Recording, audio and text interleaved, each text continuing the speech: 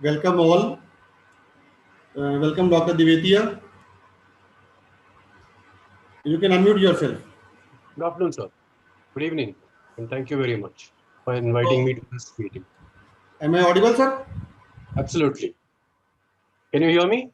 Yes. So, welcome all to the ISA online PG classes.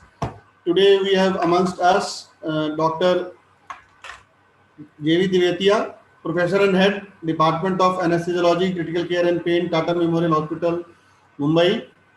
He is past Editor-in-Chief of Indian Journal of Anesthesia, past President, Indian Society of Critical Care Medicine, is President of Society of Onco-Anesthesia and Perioperative Care, and has numerous publications in national and international journals, more than 150.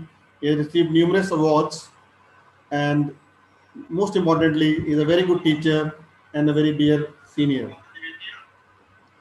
I, Dr. Divatia, shall be talking today on basics of ventilation, and I have muted all. You can type your questions, queries in the chat box, and later on I'll permit to unmute yourself. I hand over the podium to Dr. Divatia for the class. Dr. Divatia, please. Good evening, everyone, and thank you very much for asking me to speak to all of you at this very excellent and prestigious initiative that ISA National has taken. In this online sort of teaching class, we will today talk on the basics of the fundamentals of mechanical ventilation. And this will be mostly related to mechanical ventilation in the intensive care unit rather than in the OT. Okay, so okay, I hope you can see my screen and you can see my slides. Yes, sir. Yes, sir. Okay, so when we put a patient on a ventilator in the intensive care unit, we have a few goals that we would like to achieve. The main goals are: one is you need to maintain adequate oxygenation, you need to maintain an acceptable carbon dioxide, and you need to reduce the work of breathing. Now, these three words are keywords. One is adequate oxygenation. We don't necessarily want normal oxygenation. We want adequate oxygenation, which is good enough to prevent the patient from suffering from hypoxia, which may not be normal, but still not so low that the patient will suffer from hypoxemia. You want an acceptable CO2, not necessarily a normal CO2. We want to reduce the work of breathing. That's very important in patients who are breathless and tachypneic. And most important, what we've learned in the last 20 or 25 years, whatever we do with the ventilator, we must prevent ventilator-induced lung injury. And we'll talk about some of these aspects as we go along. Now, the ventilator is a very awesome sort of looking device which is there in the ICU. And, it's got all these lights flashing and these graphs and these buttons, and it looks very formidable. But at the end of the day, a ventilator is nothing but something which pushes gas into the patient. And the gas flow in and out of the patient is directed by valves. Okay, and conceptually, there's an inspiratory valve and there's an expiratory valve. So if you just look at this sort of schematic diagram that I've drawn, this arrow is going towards the patient, right? So this is to the patient. This is the inspiratory limb. This is the expiratory limb. This here is the inspiratory valve. And this is the expiratory valve, right? So when inspiration has to begin, the expiratory valve is closed and the inspiratory valve opens. And that's when you have gas going into the patient.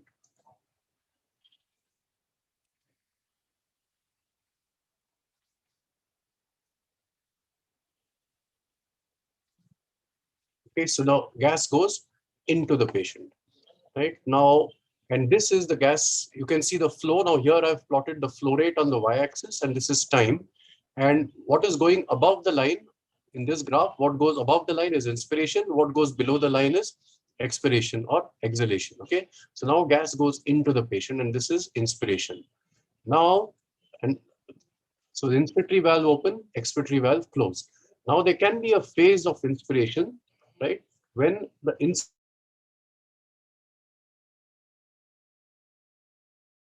inspiratory valve closation is not started because the expiratory valve is still closed. And this phase, after the inspiratory valve has opened, when it closes again, is called the phase inspiratory hold or the inspiratory pause button. And what happens that when you close the inspiratory valve in inspiration, the inspiratory flow comes down to 0. And during the inspiratory pause, there is 0 flow during inspiration. And this is what we said is the phase of the inspiratory pause or the inspiratory hold. Okay. Then the expiratory valve opens and now gas flows out from the patient towards the outside via the expiratory valve towards expiration. And this begins the process of exhalation. And now you can see that this is the exhalation gas which is flowing out, right? So essentially, these are the sort of phases of inspiration and expiration. And so I hope this part is clear to you as to how the movement of the valve determines the flow of gas, and especially the concept of the inspiratory hold, where the inspiratory valve closes next inspiration, and at that point the flow rate during inspiration comes down to 0. Remember, expiration has not yet started because the expiratory valve is closed, and here the expiratory valve opens and you had expiration.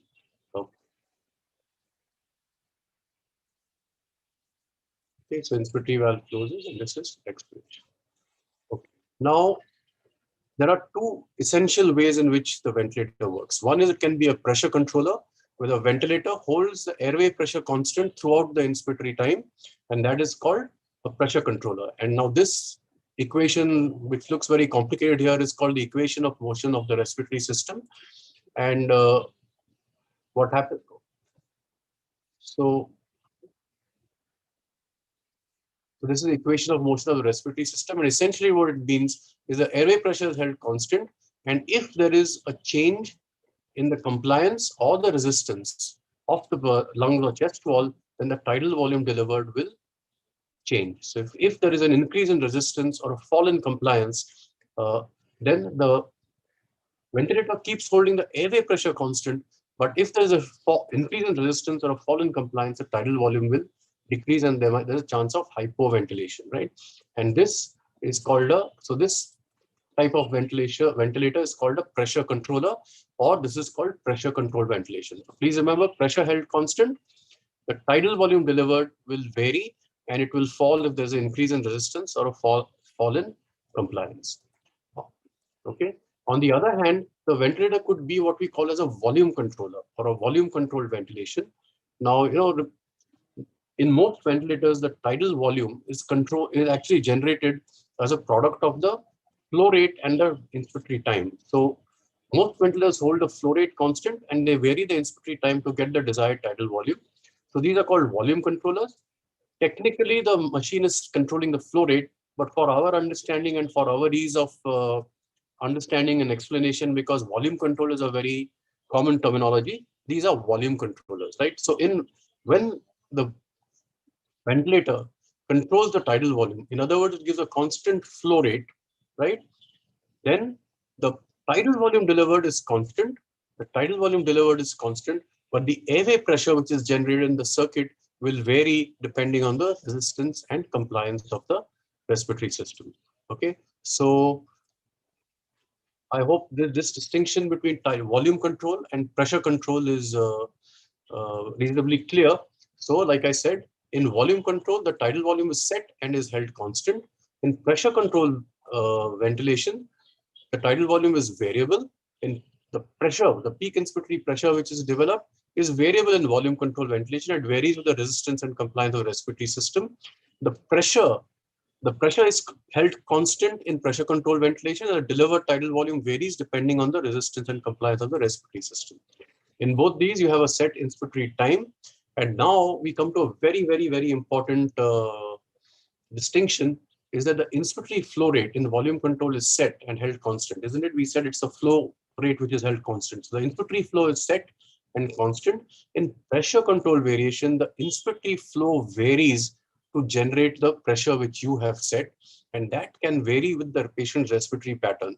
So if the patient breathes fast, the inspiratory flow rises fast in pressure control ventilation. If the patient breathes slowly, the inspiratory flow pattern follows the patient's respiratory pattern, and therefore in pressure control ventilation, because the flow matching is better, because it follows the patient respiratory pattern. So flow matching and therefore patient ventilator synchrony may be slightly less with pressure control ventilation than with volume control ventilation. Volume control ventilation, you've set the inspiratory flow rate. So let's say you set an inspiratory flow rate of 40 liters per minute. As long as the patient is breathing quietly, there's probably no problem. But if the patient becomes breathless and tachypnic and the patient's own inspiratory flow rate requirement is say 60, 70, 80 or 100 liters per minute, then the flow rate of 40 that you set is going to be very inadequate for the patient. There'll be a clash between the patient and the ventilator. So unless you change the flow rate setting to 100 or 80 or whatever it may be to match the patient's flow rate, there will be a problem. And therefore, because the flow rate is fixed in volume control ventilation, there can be a potential clash between the patient and the ventilator if the patient's respiratory pattern keeps changing. Whereas in pressure control ventilation, because the flow rate varies with the patient's respiratory pattern on its own, it follows the patient's respiratory pattern, there is less clash between the patient and the ventilator. And the flow rate varies so that the pressure is held constant. So like I said, in volume control, the inspiratory flow waveform is set and constant, and it's a constant flow ventilation. And in pressure control ventilation, this is an absolutely important distinction that you must know. It is always, in any pressure limited mode of ventilation, the inspiratory flow waveform is always a decelerating type of flow. Now I'll clarify on this graph over here. So here, like I said, this is the flow rate, and there's a horizontal line. Above the line is inspiration, below the line is exhalation. So in volume control ventilation, the inspiratory valve opens, gas rushes into the patient up to the set flow rate, right? And then it is held at that constant, it is held at that flow rate throughout the inspiratory time. So that is why it is called constant flow or square wave ventilation, because the inspiratory flow rate is held constant throughout the inspiratory time, and then it goes down when you close the inspiratory valve, right? With pressure control ventilation, we said the flow pattern is decelerating. That is, it goes up when the inspiratory valve opens, gas rushes into the patient, and then the flow rate actually keeps reducing throughout the inspiratory time. And that's called a decelerating flow. And I'll tell you why this happens. Okay.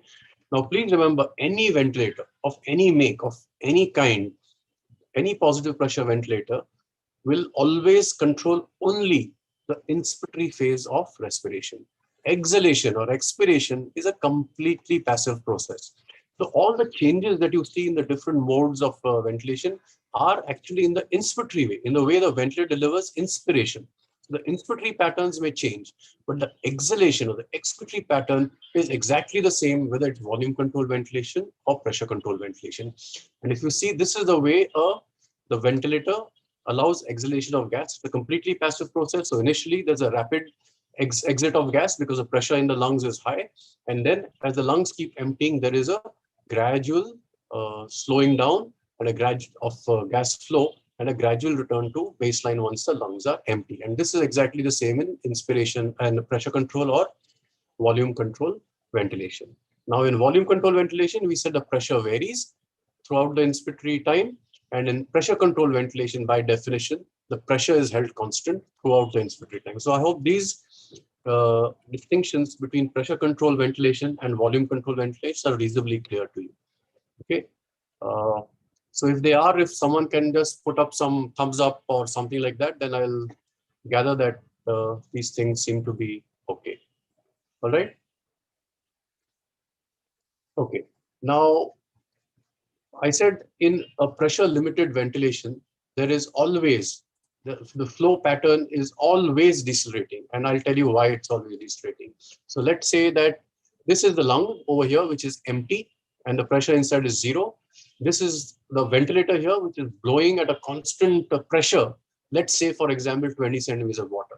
So when the lung is completely empty, the gradient between the ventilator and the lung and the air is 0. It's 20 minus 0. So there's a high pressure gradient, and so there's a rapid flow of gas into the patient, right? And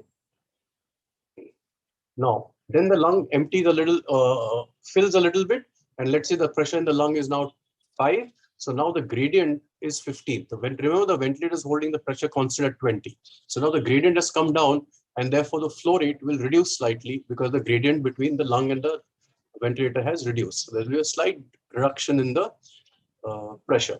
Then again, what happens is, as the lung expands more, there is an even smaller gradient. The gradient further reduces, and there is again a fall in flow rate. So as the lung keeps getting full, you'll find that the ventilator, the gradient keeps reducing, and therefore the inspiratory flow rate keeps reducing. Therefore, in any pressure limited mode of ventilation, the flow rate, the inspiratory flow pattern is always decelerating. And when there is no gradient, then the gradient comes down to zero, then the flow rate, inspiratory flow will stop.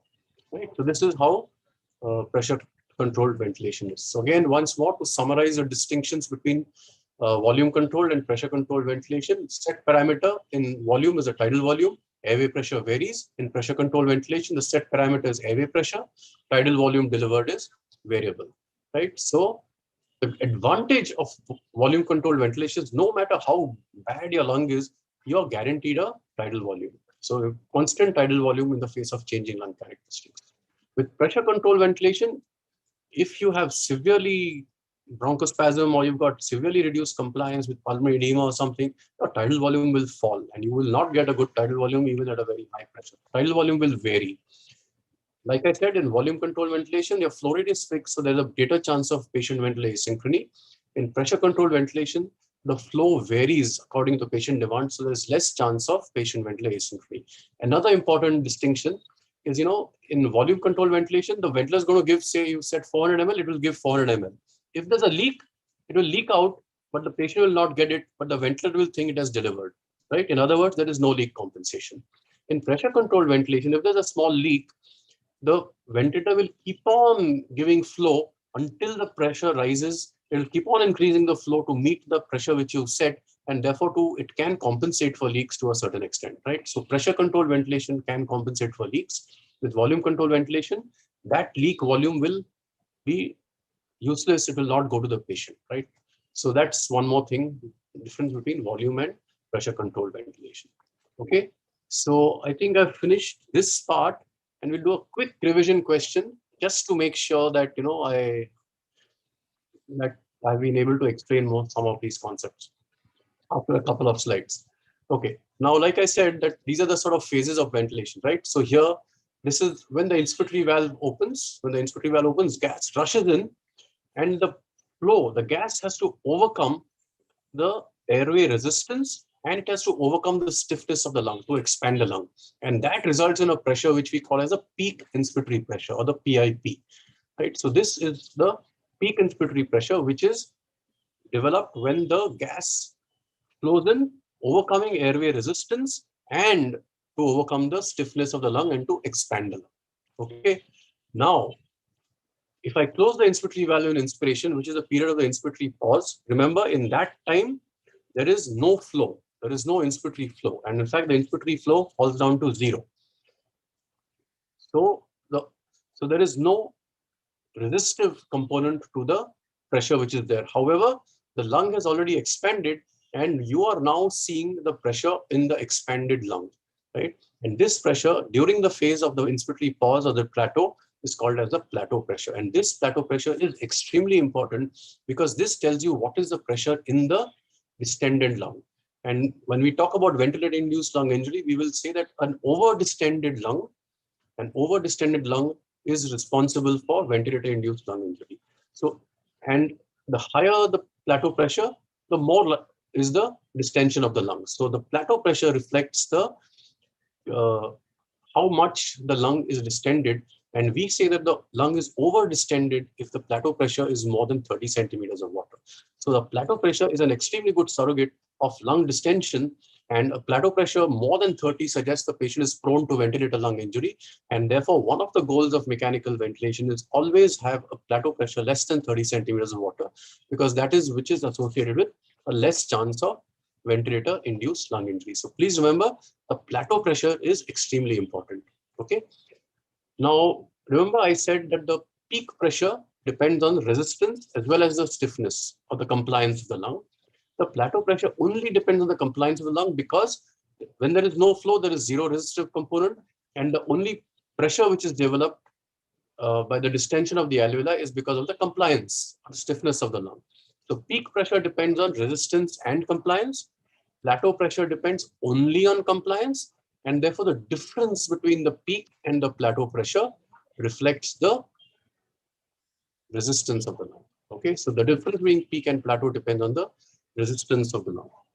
Okay, so when I say we have a high peak pressure, it implies that there is airway narrowing, or the flow rate is very high, or there is a decreased lung compliance, or there is a increased airway resistance. All that will affect your peak pressure. Whereas the plateau pressure is only affected by the compliance of the lung, right? And there is no effect of flow resistance. And all this depends on the compliance of the lung. So if the peak and plateau have both increased, it means that the compliance has decreased.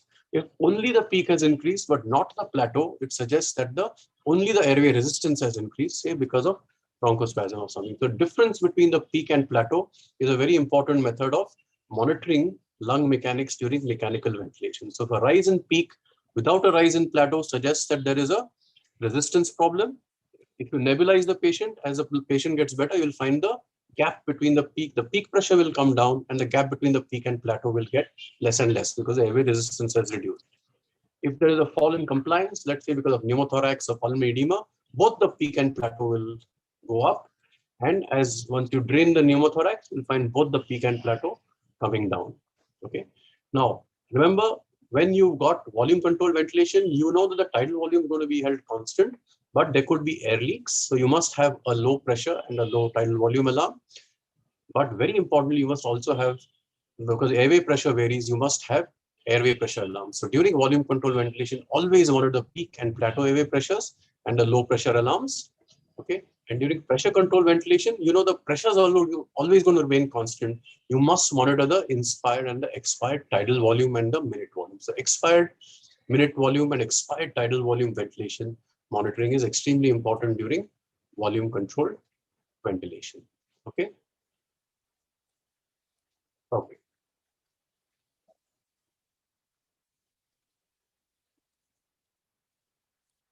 Okay, so there is a revision question for all of you. What I would suggest is on your chat, you just type A, B, C, D, or E, or D, or E, depending on what is this thing, right? So which of the following statements is incorrect? Okay. A, in volume control ventilation, the tidal volume delivered is constant, but the airway pressure varies. In pressure control, there is a danger of hypoventilation if there is a fall in compliance or an increase in airway resistance. C, a patient ventilator synchrony may be better during pressure control ventilation. D, the inspiratory flow pattern in pressure control ventilation is always square wave. And E, a leak results in loss of tidal volume during volume control ventilation. So quickly type A, B, C, D, or E, and of which is the incorrect answer. There is only one answer which is incorrect in this, and please type the incorrect answer. Okay, excellent. I think most of you have written D, so that is the right answer. But the inspiratory flow pattern and pressure control is always decelerating, right? In volume control ventilation is square wave, but the inspiratory flow pattern and pressure control is always a decelerating flow for the reasons that we mentioned. Okay, so that is the right answer. So I guess most of you have got this thing, right? And patient ventilator synchrony is actually much better during pressure control. All the other answers are correct. All the other statements are correct. D is the wrong statement, which is the incorrect.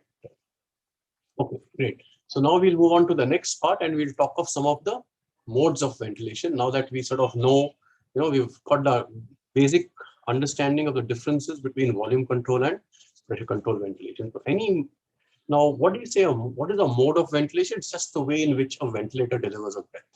And irrespective of which machine you've got, irrespective of what fancy mode is there, effectively any mode or any breath delivered by a ventilator can be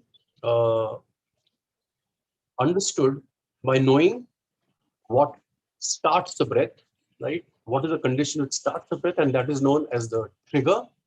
What limits the breath, and that we know now, it could either be flow limited in volume control ventilation, flow rate or volume limited in volume control ventilation, or pressure limited in pressure control ventilation, right? So what is the trigger? What is the limit? and what makes the ventilator change over from inspiration to expiration, or that is called the cycle criterion. So any breath can be described in terms of what triggers the breath, what limits the breath, and what cycles the breath, right? So that's all that is there to any mode. And based on what the ventilator does in different modes, the differences are in the trigger, limit, or cycle. Okay, so what do you mean by trigger? Trigger is what starts the breath. Right now, let's say the patient is completely apneic and you've set a rate of 12 per minute. It means you're telling the ventilator that every 5 seconds you have to deliver an inspiration. So the inspiratory valve will open every 5 seconds. So that is a time triggered breath. When the patient starts breathing, right, there is an option. If you want the breath of the patient and the ventilator to synchronize, the ventilator must know when the patient is breathing. And one of the simplest and the oldest ways was, we all, when we breathe, we generate a small negative pressure in the airway. And so if the ventilator will sense a change in pressure, will sense the negative pressure, and that will trigger the, okay. Now, pressure triggering is logical and it's physiological, but in engineering terms, to sense the sensing, it's because a pressure change is taking place in the airway, right? It's taking place in the lungs or in the pleural cavity in the patient's chest. That change is being transmitted to your pressure sensor in the ventilator. So there's going to be a time lag, and the sensing of pressure is not all that sensitive. So it is possible that the patient is breathing, but the ventilator is not sensitive enough. So the next thing that engineers developed was flow sensing, right? What we call as flow triggering.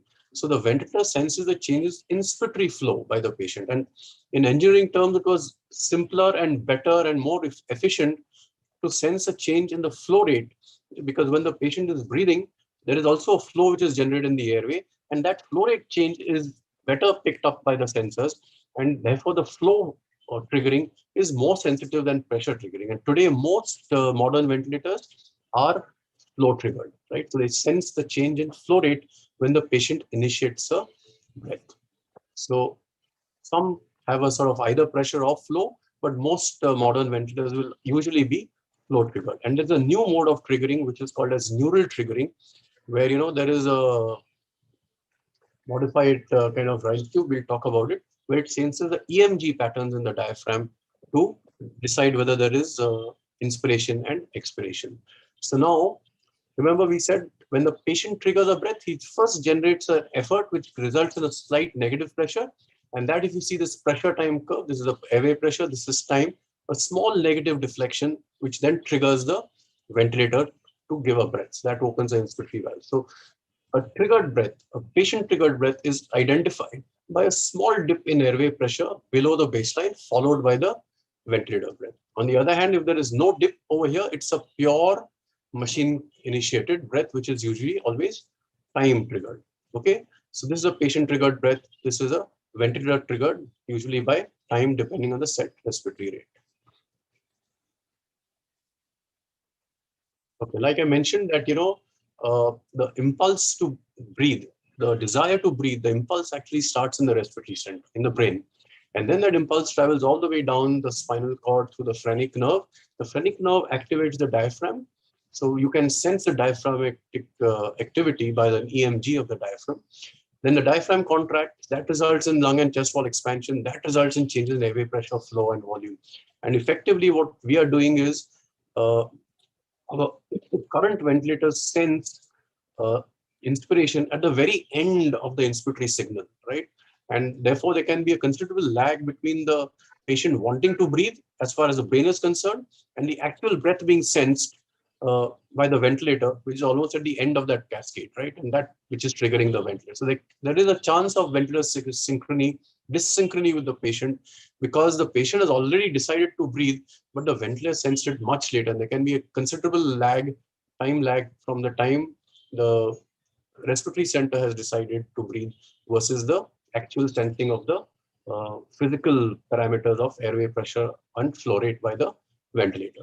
Now, if you could sense the electrical activity of the diaphragm, you could sense inspiration when there is depolarization, and you would sense exhalation when there is the depolarization stops, right? And there is a mode today which is called NAVA, neurally adjusted ventilatory assist. So there's essentially a modified rise tube which you place in the stomach, in the esophagus and stomach, and that this has electrode which sense the electrical activity. You won't go into details, but just as a principle, the sensing of the electrical activity, the EMG of the diaphragm, can decide whether to trigger the inspiration or trigger the exhalation, right? Both can be done if you sense the electrical activity of the diaphragm.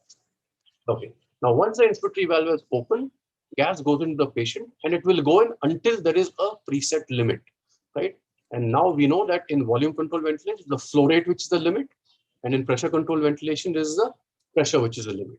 And once that ventilator reaches that limit, it continues at the limit throughout the inspiratory time, right? It doesn't change over to expiration. It continues at that limit throughout the inspiratory time. So in flow rate, in volume control, that flow rate will be maintained throughout that inspiratory time, so the tidal volume is delivered. In pressure control ventilation, it will stay at that pressure, which is set throughout the inspiratory time. Okay, so that is the limit. And then you have cycle is something which makes the ventilator change over from inspiration to expiration. So again, let's say the patient is completely apneic, then you set an inspiratory time, or the volume has been delivered. So it could be time cycled or volume cycled. Most often, like I said, it's a flow rate into time, so it becomes time cycled. So once the inspiratory time is over, it will change over to expiration, right? Pressure cycling is not seen today in most ventilators.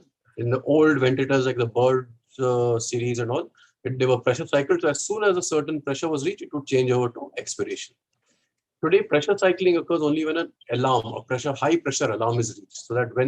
So let's say you set a high pressure limit of 50, a high pressure alarm limit of 50. Then if for some reason the pressure in the circuit crosses 50, it will immediately change over to expiration. But otherwise, the commonest modes of cycling are time or volume cycling. And I will talk about flow cycling when we talk about pressure support ventilation. Okay.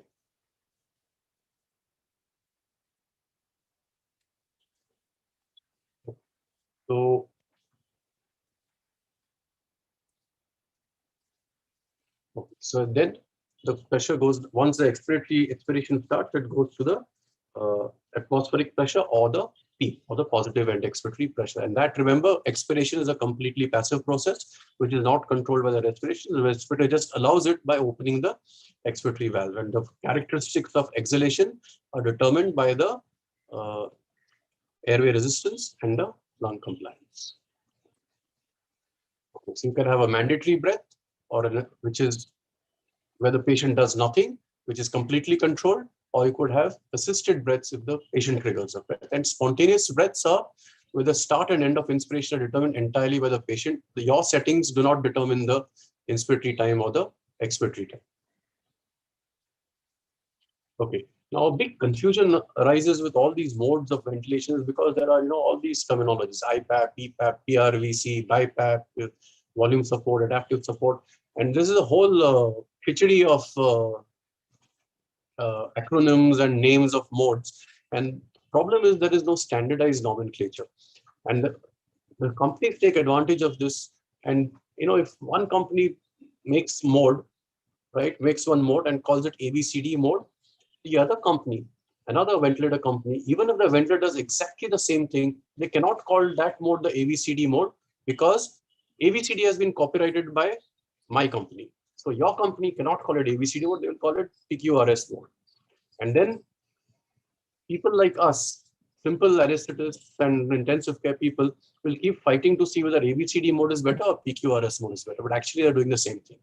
So, while it's nice to know these names, it is more important to understand how this mode works. So in any ventilator, in any mode, you should know how it works, and then you can evaluate the mode and understand the mode.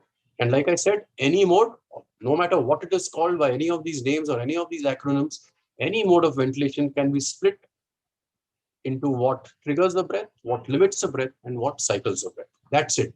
Okay. And all ventilators only control the inspiratory phase. Expiratory phase is completely passive and is determined by the patient's characteristics. Okay, I hope this part is clear again. Okay. So we'll go to some of the modes of ventilation. So the commonest and the simplest mode of ventilation is what we call as controlled ventilation. Here all breaths are mandatory, right? The patient is not doing anything, patient is paralyzed, not breathing, completely apneic. You set the respiratory rate, you set the inspiratory time. It could be pressure or volume control. They're always time triggered and they're always time cycled. Okay. So for example, this is controlled ventilation. And you can see in the pressure time mode, there is no deflection, negative deflection below baseline. That means the patient is not breathing. This is a decelerating flow. So it's a pressure control. So it's a controlled ventilation, pressure control, right? So it's, and this is exactly the same, but this is volume control because you can see there's a constant flow ventilation over here, right? And there is no patient effort. And this is controlled, volume controlled ventilation. Okay.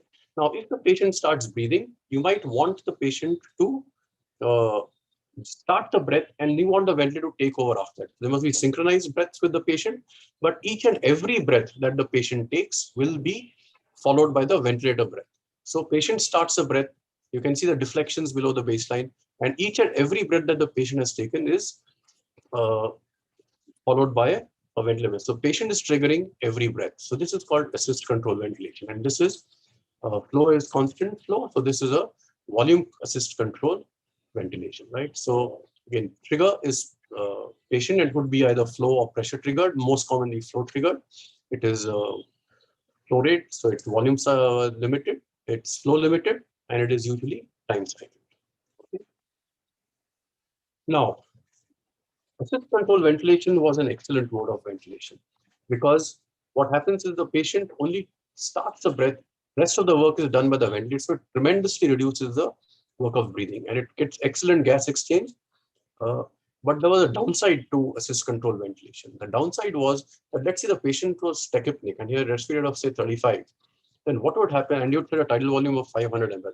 The patient would get ventilated because each and every breath would be triggered would trigger the ventilator. So the patient would get 35 breaths of 500 ml. So you'd get a huge 15 liters plus minute ventilation that would wash out CO2, right? So it would be hypocarbia. Plus, when you have 35 positive pressure ventilation breaths, you could have a fall in cardiac output because of because a lot of time spent at positive pressure. So that was a downside of assist control ventilation. Now, this problem was sort of fixed by a mode which was called SIMV, where you tell the ventilator that I want 15 breaths to be assisted. Now, even if the patient's respiratory rate is 35, what will happen is that out of 35, 15 breaths will be assisted with a ventilator, and the remaining 20 breaths will be just, patient will breathe on his own through the circuit with the ventilator doing nothing. The ventilator will just allow the patient to take those remaining 20 breaths. And those, so that was called intermittent mandatory ventilation. Now, there was another, so a refinement was that those 15 breaths which were assisted by the ventilator would be synchronized with the patient effort, right? So that became synchronized intermittent mandatory ventilation. So there was, so essentially what would happen is something like this, right? So this is a ventilator breath, this is a spontaneous breath by the patient, right? And this is another ventilator breath. These are all pressure controlled breaths because the flow pattern is decelerating. And see what is happening here. Here, the patient triggers the breath and the ventilator gives a breath. This breath does not trigger a ventilator breath because you have said that all breaths don't have to be triggered. Only 15 out of 30 breaths have to be triggered, right? So this breath is not being assisted by the ventilator, and this breath is being assisted by ventilator. So you've got some breaths which are assisted and some breaths which are not assisted and completely entirely the patient breaths, right? And each breath that is being assisted by the ventilator is being triggered and synchronized with the patient effort over here. So this is synchronized intermittent mandatory ventilation. Okay, and obviously the tidal volumes are much smaller for the spontaneous breath and higher for the assisted breaths. So now this mode was very good because it, just excuse me for a minute. Hello. Yeah. जरा थोड़ी देर के बाद करता हूँ मैं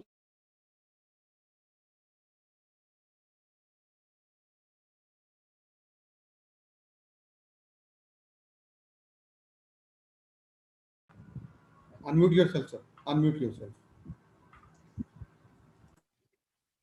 Okay.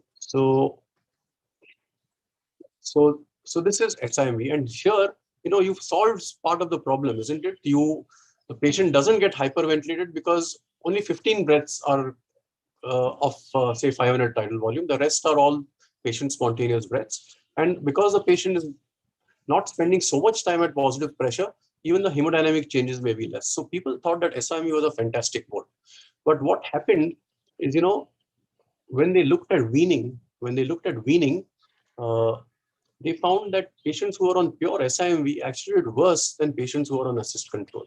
And the reason is that when patients are sick, if they are taking too many spontaneous breaths, then they are actually doing much more work with the spontaneous breaths, and that is tiring the respiratory muscles out.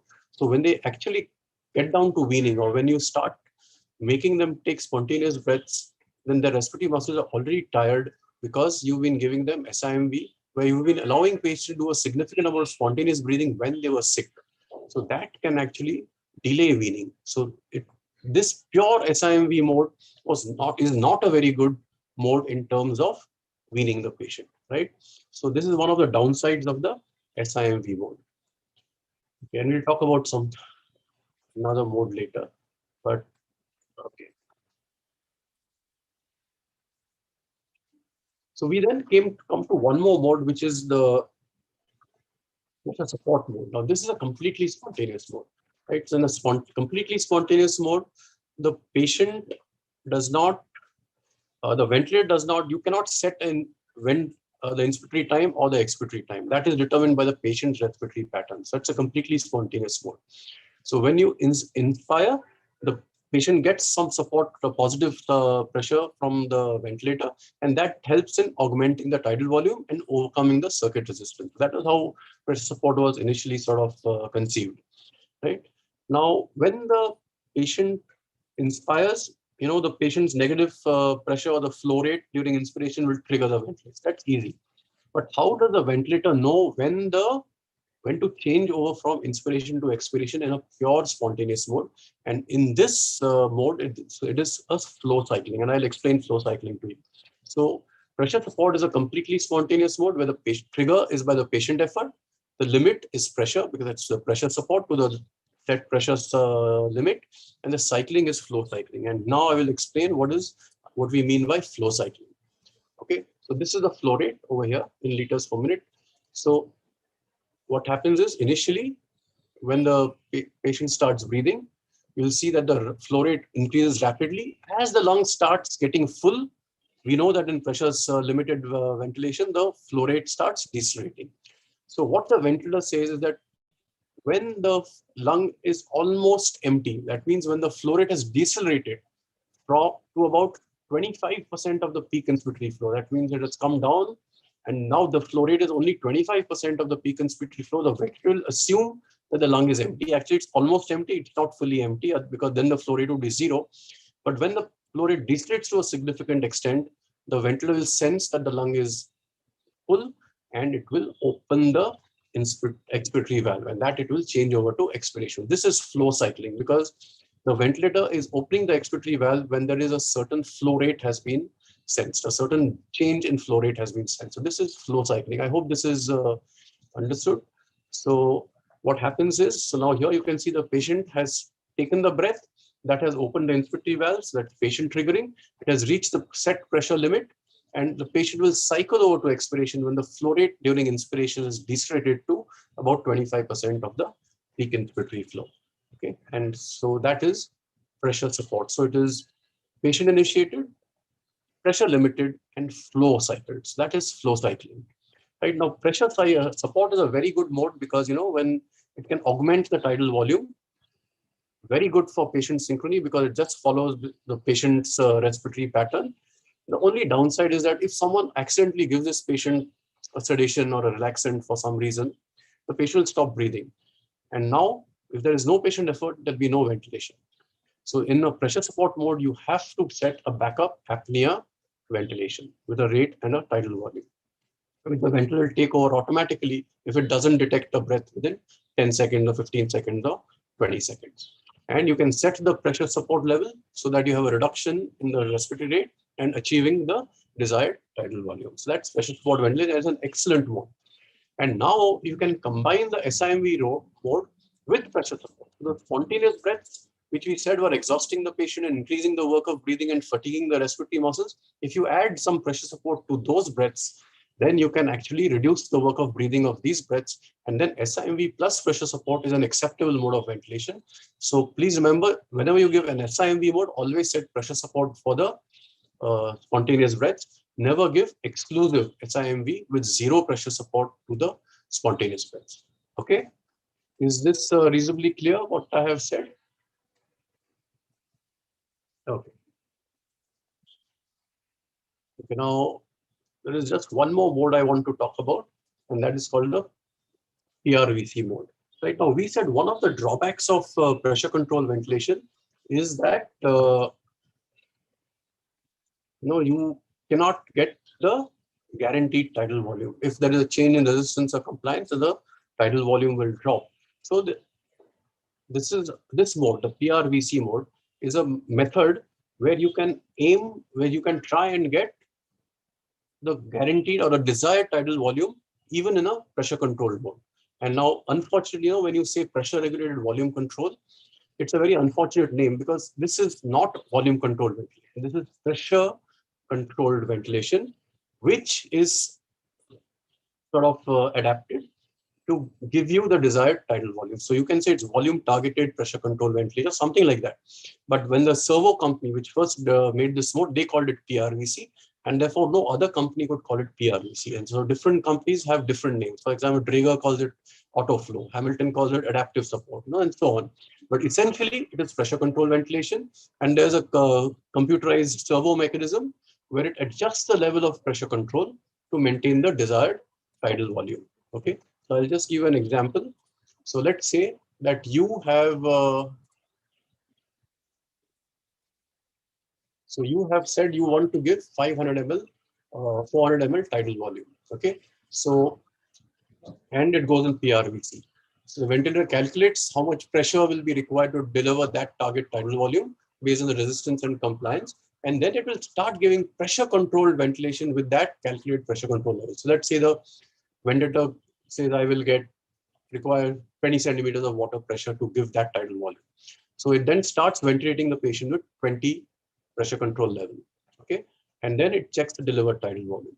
If it meets the target, it will continue at the same pressure control level, right? So let's say 400 and it calculates 15 centimeters. If 400 ml is delivered, it's equal to the target, you continue the same pressure control level, which is 15.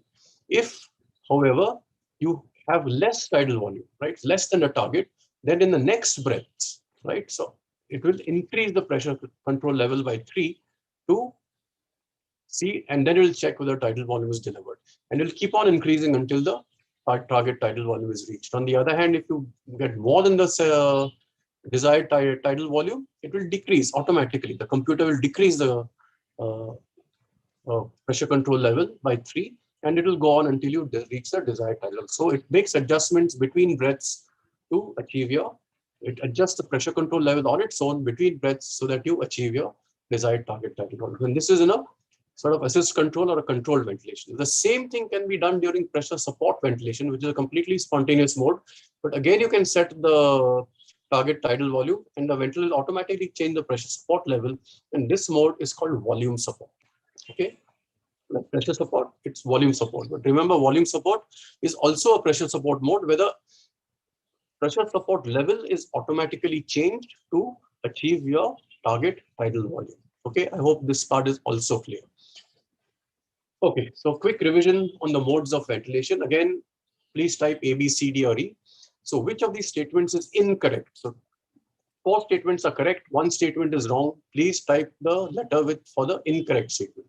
Any breath can be described by trigger, limit, and cycle. D, limit can be either flow rate or pressure, and when the limit is reached, inspiration continues at that level till the changeover to expiration. C, time cycling is the commonest method of cycling during volume control ventilation. D, pressure support breaths are flow cycled. And E, pressure triggering is the most efficient method of triggering. One of these statements is incorrect. Just type which is that incorrect statement. Yeah. Okay, I think some are writing B, but B is actually correct, right? That's the limit is once you reach the limit criterion, whether it's flow rate or pressure, ventilator continues at that till the expiratory point is reached, right? And so the right answer is E, that pressure triggering is actually not the most efficient. Flow triggering is the most efficient mode of triggering. Okay. Okay, so most of you already tried, but some of you didn't get it wrong. Now, we've talked about so many modes of ventilation, but please remember that one big study, the ARDS network study, which showed that low tidal volume ventilation made a big difference to mortality in ARDS ventilation, used the simplest mode, which is a volume assist control mode, right? In volume control. Volume assist control was the mode that they used. So what the point I'm trying to make is the mode is probably not as important as the ventilatory strategy. And we spend a lot of time breaking our heads on understanding the modes, which we should understand how a ventilator works. But what is also important, or equally important, or probably more important, is the ventilatory strategy. And the next few minutes, we'll talk about ventilatory strategy, right? Now, so again, I'll come back to the goals: adequate oxidation, acceptable CO2, reduced work of breathing, and preventing ventilator-induced lung injury. And it's crucial that we understand ventilator-induced lung injury, because the biggest change in ventilation management that has come over in the last 25 years is understanding of ventilator-induced lung injury. So when ARDS was introduced, was discovered or came to light in the 70s, in the early 70s, okay?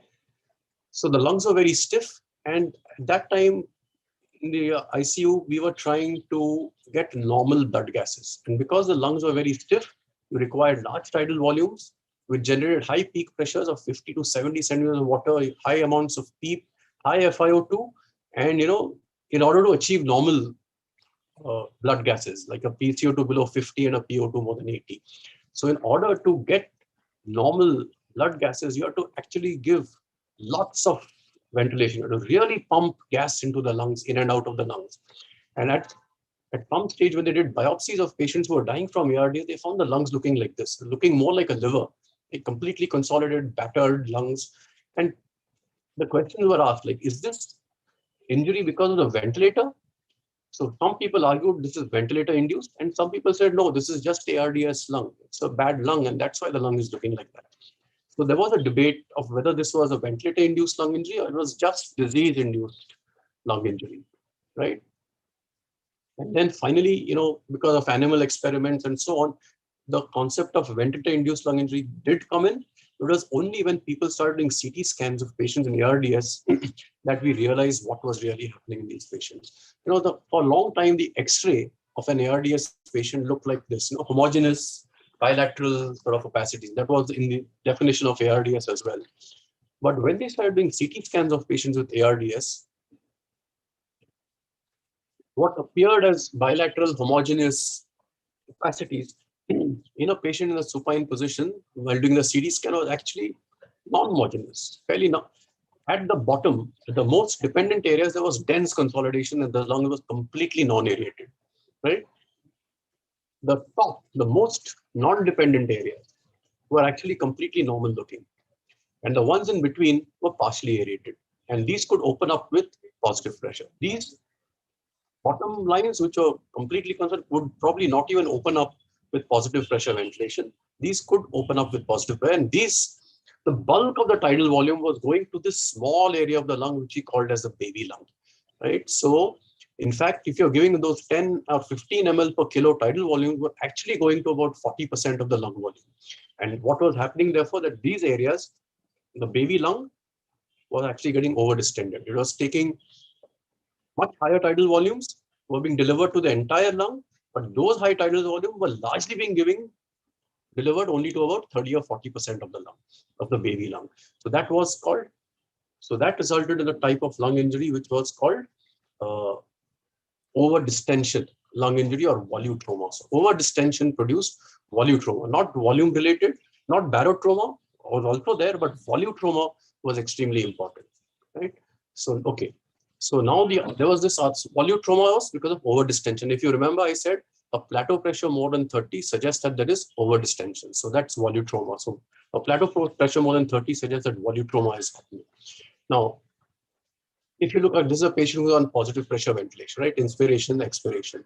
So in the top part of the lung, the baby lung, the alveoli open throughout the respiratory cycle. They're open in expiration, they open more during inspiration, and they come back to a semi-open state during expiration. The alveoli which are at the bottom, the most dependent areas, are completely closed. They just don't open up positive pressure. But the alveoli which are in the middle zone over here, what happens is they are closed during expiration, open during inspiration, again collapse during expiration. So with every breath, there is repetitive opening and closing of alveoli. So this is repetitive opening and closing of alveoli, and that itself causes lung damage. Right? This causes damage to the lung. The repetitive opening and closing of alveoli several times a minute, 60 times an hour, and so many hours per day for so many days, it causes lung damage, physical damage to the lung. And at the junctions of alveoli which are opening and closing, and these alveoli which are normal, the opening and closing of alveoli produce shear stresses at these junctions, and that also causes lung damage. And these physical forces of overdistension, cyclical opening and closing, and shear stress result in inflammatory mediators, which are released into the lung, and they damage the lung further. And these inflammatory mediators get absorbed into the circulation, and then they spread, they are absorbed in the circulation, and they reach distal organs, and they cause multi-organ dysfunction or multi-organ failure. So bad ventilatory strategy damages the lung further, but it also causes systemic inflammation and results in multi-organ failure. So it is absolutely vital that we prevent ventilator-induced lung injury so that we can not only protect the lung, but also protect the body from multi-organ failure. Right? Now, how do we protect the lung? Over distension. So obviously you need to give a low tidal volume, isn't it? So you give a low tidal volume. And how do you know you're giving a low enough tidal volume? Your plateau pressure must be less than 30. Okay. Now let's see what happens over here. Now we said in this zone, in the middle zone, the alveoli collapse during inspiration or during expiration, and they open during inspiration. So if you give PEEP a positive end expiratory pressure, you will open up these alveoli in expiration as well, and then these alveoli will stay open throughout inspiration as well as expiration. So PEEP is a very important maneuver because it holds the alveoli open throughout the respiratory cycle. So PEEP protects against ventilator-induced lung injury. One small caution with PEEP, if you've got these areas will be protected, but if what PEEP could do, especially if you give too much PEEP, you would land up over distending the normal alveoli, right, which were completely open throughout the respiratory cycle. There's a potential that they could get over distended. So that's a potential problem with PEEP. But by and large, PEEP, adequate PEEP, moderate PEEP will protect against lung injury by preventing opening, repetitive opening and closing of alveoli. Okay, so please remember PEEP is a very important intervention to protect the lung. Okay, so these are the summary of the modes of ventilator disease. You get barotrauma, of course. You can get over distension of ventilated alveoli by this volutrauma, cyclic opening and closing of lung units, producing shear stress with alveolar injury, release of inflammatory mediators, and of course, oxygen toxicity if you give too much oxygen. That's the sum and substance of ventilator-induced lung injury. So how do you prevent it? We know that, if, like I said, high tidal volumes are bad. So you have to give low tidal volumes with limited pressure, right? If you do that, you will prevent all these things of endothelial damage and all these sorts of things. Will reduce the production of inflammatory mediators and reduce lung inflammation and other organ injury. However, the downside of reducing the tidal volume is that your minute ventilation reduces and therefore your PCO2 will increase and you can get respiratory acidosis. But we say that it is better to have acidosis, high CO2, and protect the lung. So lung protection is more important than hypercapnia, and we call this permissive hypercapnia. Okay. So this is the strategy. So regarding ventilator-induced lung injury, which statement is not correct? Right? A, villi is not important. Patients die only because of the underlying disease. B, high tidal volumes result in villi. C, plateau pressure is an important target than peak airway pressure. D, PEEP has an important role in protecting from villi. E, villi can result in distal multi-organ failure. So which is the incorrect statement from all of these? Yeah, excellent. I think all those have typed so far have typed A. So please remember, villi is a very important determinant of death in ARDS because it causes multi-organ failure as well. and of course it damages the lung.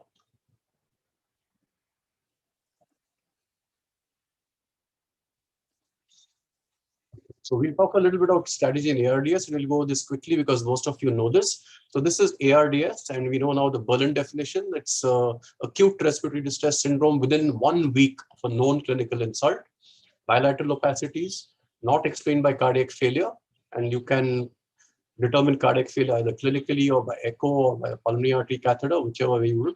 And mild is if the PF ratio is less than 300, moderate if it's less than 200, and severe if it is less than 100. Okay. What is the strategy? Like we said, you give low tidal volume and plateau pressure less than 30. So 4 to 6 ml tidal per kilo of ideal body weight tidal volume and plateau pressure less 30, and keep the lungs unit open using moderate levels of PEEP. Okay, and this was done in the ARDS study. You calculate the ideal body weight. Remember, it's always ideal body weight and not actual body weight, because today if I weigh so much, tomorrow if I weigh 30 kilos more, my lung has not put on 30 kilos, right? So the lung size remains the same. So it's the ideal body weight, and the calculations for males and females. Volume assist control, start with 8 ml, but then come down to 6 ml per kilo ideal body weight. That is the tidal volume at which you ventilate. And you should also have a plateau pressure of less than 30 centimeters of water, right? And plateau pressure, you press the inspiratory hold button, like I said. And your arterial, now remember, the arterial, your goals of ventilation, very important. We said there is no CO2 goal. It is an arterial pH goal. It should be around 7.3. Arterial oxygenation goal, the PO2 of 55 to 80. So we are not aiming for a normal PO2. Saturation 88 to 95. Because the more you try to achieve normal gases, the more injurious or the more jabardast ventilation you give, and we want to avoid that sort of thing, right? So you just aim for acceptable blood gases which are safe for the patient but not normal. Contraindicated of permissive hypercapnia, raised intracranial pressure, severe hemodynamic instability, or pregnancy. Otherwise, you can give it to most patients. You should try and achieve a normal CO2 if possible. With a rest, you can increase the respiratory rate of 24 to 30 or even 35, sedate relaxants if required. And if the pH because CO2 goes up, then you can give a slow bicarb infusion, right? Only a slow, but no boluses, a slow bicarb infusion may be given. PEEP, how do you give PEEP? We said PEEP is very important, so I won't go into great detail, but there is a PEEP and FiO2 table. So you move up and down depending on your oxygenation goals, right? Depending on your oxygenation goals, you move your PEEP and FiO2 up and down to get the desired oxygenation goals. Right? Some people say that you should use lung mechanics, and you can use the best compliance, the PEEP at which the static compliance is the best, and the static compliance is given by the formula of plateau pressure. Always get the plateau pressure minus the set PEEP. And this difference between the plateau pressure and the PEEP, plateau pressure minus PEEP, is called the driving pressure. Okay, so you must use the static compliance or the best driving pressure to get your PEEP. And some people say all these complicated ways of setting PEEP are not really great. If you've got mild ARDS, you can give 5 to 10 PEEP. If you've got moderate ARDS, you give about 10 to 15 PEEP. And if you've got severe ARDS, by and large, you need around 15 to 20 PEEP. So you can start off with these parameters, and then you can refine depending on your lung mechanics and your expertise to further titrate the PEEP up or down. Okay. Some people say that you should give recruitment maneuvers, which is a large tidal volume or a high PEEP for a temporary period to open up even the very dense consolidated lower areas. And there are studies which show that routine use of recruitment maneuvers is actually harmful. So we do not recommend this. You just use the simple top 2 methods that we talked about to ventilate patients with ARDS. What if there is severe hypoxia, refractory hypoxia, patient doesn't get better? Always rule out major technical complications like pneumothorax, bronchial intubation, collapse of the lung. Make sure you paralyze and there's good ventilator asynchrony. If the patient is very hypoxic, you can give recruitment as a rescue, but not as a routine, right? Optimize PEEP. Prone position, we know, works brilliantly. So please give prone position in patients with ARDS. You could try pulmonary direct therapy temporary, doesn't improve outcome, but it may help you overcome severe hypoxia in the short term. And finally, you can go to ECMO or extracorporeal life support. Okay, but we won't go into details about extracorporeal life support. Okay, so always remember you have to control hypoxia and protect the lung. Low tidal volumes, limit plateau pressures, moderate PEEP. Okay, low to moderate respiratory rate or as much respiratory rate to maintain a reasonable CO2. Prone position, very important, and maybe extracorporeal support.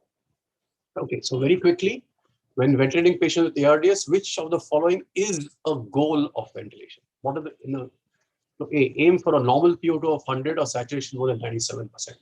Maintain CO2 of normal around 40 to 50 by increasing rate and tidal volume. We have high PEEP and tidal volumes to open the collapse. D, peak airway pressure should not be allowed to exceed 50 to avoid pneumothorax. And E, maintain plateau pressure less than 30 centimeters of water. So which of these is a best goal of ventilation in ARDS? Okay, I think most of the people who are typing E. So I guess the message is quite clear. Maybe you already knew that. So that's very good. Okay, now I'll quickly go on to how to ventilate patients with severe obstructive airways disease, right, or that airflow limitation. And the key here is a concept of dynamic hyperinflation. So let's say I've got this patient. Okay. So now this is normal, and here there's an airflow obstruction. What's happening is gas is going in, all of it is not coming out because of airflow limitation or obstruction. Next breath, even more gas has gone in. All the gas doesn't go out, and therefore the lungs are inflated more. There's more residual gas trapped in the lungs. So with every breath, there is some more incremental trapping of gas in the lung, and that is called as dynamic hyperinflation. Right. So this is a big pathophysiological change as far as mechanical ventilation is concerned in obstructive airways disease, severe bronchospasm. Right. So I'll skip this one. Okay. So what happens is that there is inspiration goes in. This is expiration. The gas has not yet fully come out. It's not yet touched baseline, but the next breath has come in. And you can see that there is a prolonged expiration, right? Because there's a resistance to expiration, which is taking place because of bronchospasm. And therefore, the next breath comes in. So with every breath, gas is being trapped. And what this tells you that gas trapping is present. And when gas is trapped in the lung at the end of expiration, it exerts a pressure in the lung at the end of expiration over and above your set PEEP. And that is called the Auto-PEEP. So how do you know that there is Auto-PEEP? If you close the expiratory valve in expiration. See, if you don't close the expiratory valve in expiration, your ventilator manometer will see the set PEEP, or if there's no PEEP set, it will set C0, which is the atmospheric pressure. But if you close the expiratory valve in expiration, then the gas which is trapped in the lung will exert the pressure, which will be seen by your manometer. So there is an expiratory hold button on most ventilators. So if you press that, you will know that there is amount of Auto-PEEP. So the waveform will tell you that gas is being trapped. When you press the expiratory hold button, you will see how much is the total PEEP in the system, which is the set PEEP plus the Auto-PEEP, right? So that tells you how much Auto-PEEP is there. Now, the whole aim of ventilating patients in obstructive airways disease is to make sure that hyperinflation and Auto-PEEP is minimum. So whatever your ventilation is likely to increase the Auto-PEEP, right? But you must try and make sure that you set your ventilator so that the Auto-PEEP is bare minimum, or there is no rise in Auto-PEEP or minimal rise in Auto-PEEP. And how do you make sure there's no Auto-PEEP or minimal Auto-PEEP? You need enough time for the gas to come out, which means you have to give a very slow respiratory rate, very small respiratory rate. It gives enough time for the ventilator to come out. You have to give a very fast inspiration so that more time is available for expiration. And most important, reduce the tidal volume, because the less gas that you pump in, the less gas needs to come out, and therefore you can reduce the amount of Auto-PEEP. Right? Of course, you should reduce shivering and give sedation, analgesia, and do everything to reduce the resistance. Right? So obviously treat the bronchospasm and keep the circuit, the resistance to a bare minimum. So this is how reducing respiratory rate reduces air trapping. So can you see this? Inspiration, expiration, next inspiration has come in from here. Right? So there's severe air trapping, and there's a fast respiratory rate. Now, if I slow down the respiratory rate, right, instead of 6, I make it 4. Can you see over here? There's enough time for the gas to come out where the next gas comes in. So reducing the respiratory rate is extremely important. Okay, and you can also reduce the inspiratory time, because for the same respiratory rate, if I reduce the inspiratory time by increasing the flow rate, there is more time available for expiration to occur. So the principle is in all this is, again, make sure Auto-PEEP is kept to a minimum. Don't worry so much about the blood gases. So for example, you're ventilating someone, the respiratory 12, tidal volume is 400, patient is stable. You see the blood gas after some time, because of the slow respiratory rate and the tidal volume, the pH CO2 has gone up to 70. Okay, what should you do now? Should you increase the tidal volume to 600 and respiratory rate to 16 to wash out the CO2? Should you give bicarbonate to neutralize the pH? Should you increase the respiratory rate, cautiously checking the bladder pressure, or do nothing?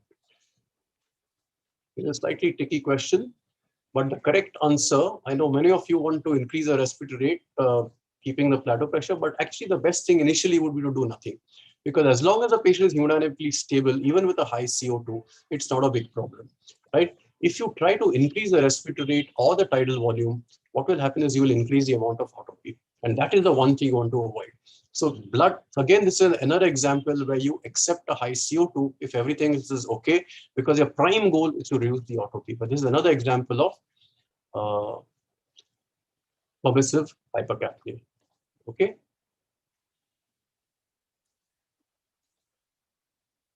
Okay. Now, why is this Auto-PEEP bad? Because so what happens is that it increases the work of breathing. I'll tell you that in the next slide. It increases the work of breathing. And that increased work of breathing will actually result in failure to wean the patient. And it obviously it causes hypotension because it's a PEEP. It reduces cardiac output and it can cause barotrauma. So it's very bad. But very importantly, it increases the work of breathing. And if you and look at this waveform over here, can you see? This is a patient effort which is not followed by an inspiration. See, these two patient efforts, negative deflection followed by a ventilator breath. These have not followed. In other words, the patient is breathing but not triggering the ventilator. So that is increasing the work of breathing. And why does it increase the work of breathing? I'll just show you over here. So this is a normal patient, right? So you have to say generate a pressure of -2 to trigger the breath. That's what happens in normal people. A negative intrafluid pressure of -2 to trigger the breath, right? So let's say this patient now has an Auto-PEEP of 10. Now what does the patient have to do?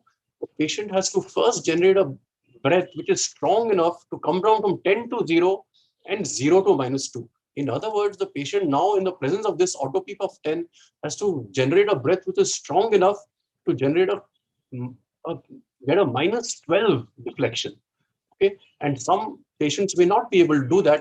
And if he doesn't get a breath which can generate -12 negative pressure, he will not trigger the breath. So he will be making the effort, he'll be taking the breath, but will not be supported by the ventilator. So he will actually land up doing more work of breathing.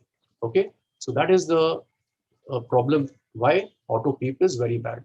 And I think we'll skip weaning because we don't have much time to talk about weaning. I think I'll just quickly take questions over here. Okay, please remember 3 golden rules. Never silence an alarm unless you've sorted out the problem. Always keep an AMBU bag behind the patient. And whenever in doubt, AMBU the patient so that he's ventilated while you sort out what the problem is with your ventilator or the patient. And of course, look at the general care of the patient. We call it give a fast hug, right? And look after other systems as well. And always remember the KISS principle. Don't do complicated things because they look very fancy. KISS principle, keep it simple, stupid. Read a ventilator manual because each ventilator has a slightly different way of doing certain things. So read your ventilator manual and read it well. Okay. Thank you very much for listening. And I'll be happy to take questions after this. I think some questions in your chat, I hope I've already covered in my talk. But Dr. Naveen, I guess anyone can ask questions, whichever way they want. Thank you for making it so simple. And I'll just scroll down from bottom to up because majority are answers. Some majority we covered also. So how is IE ratio important and is inverse ratio ventilation safe? Yeah. You Okay, can that's stop a good sharing your question. screen, sir. You can stop sharing your screen, please.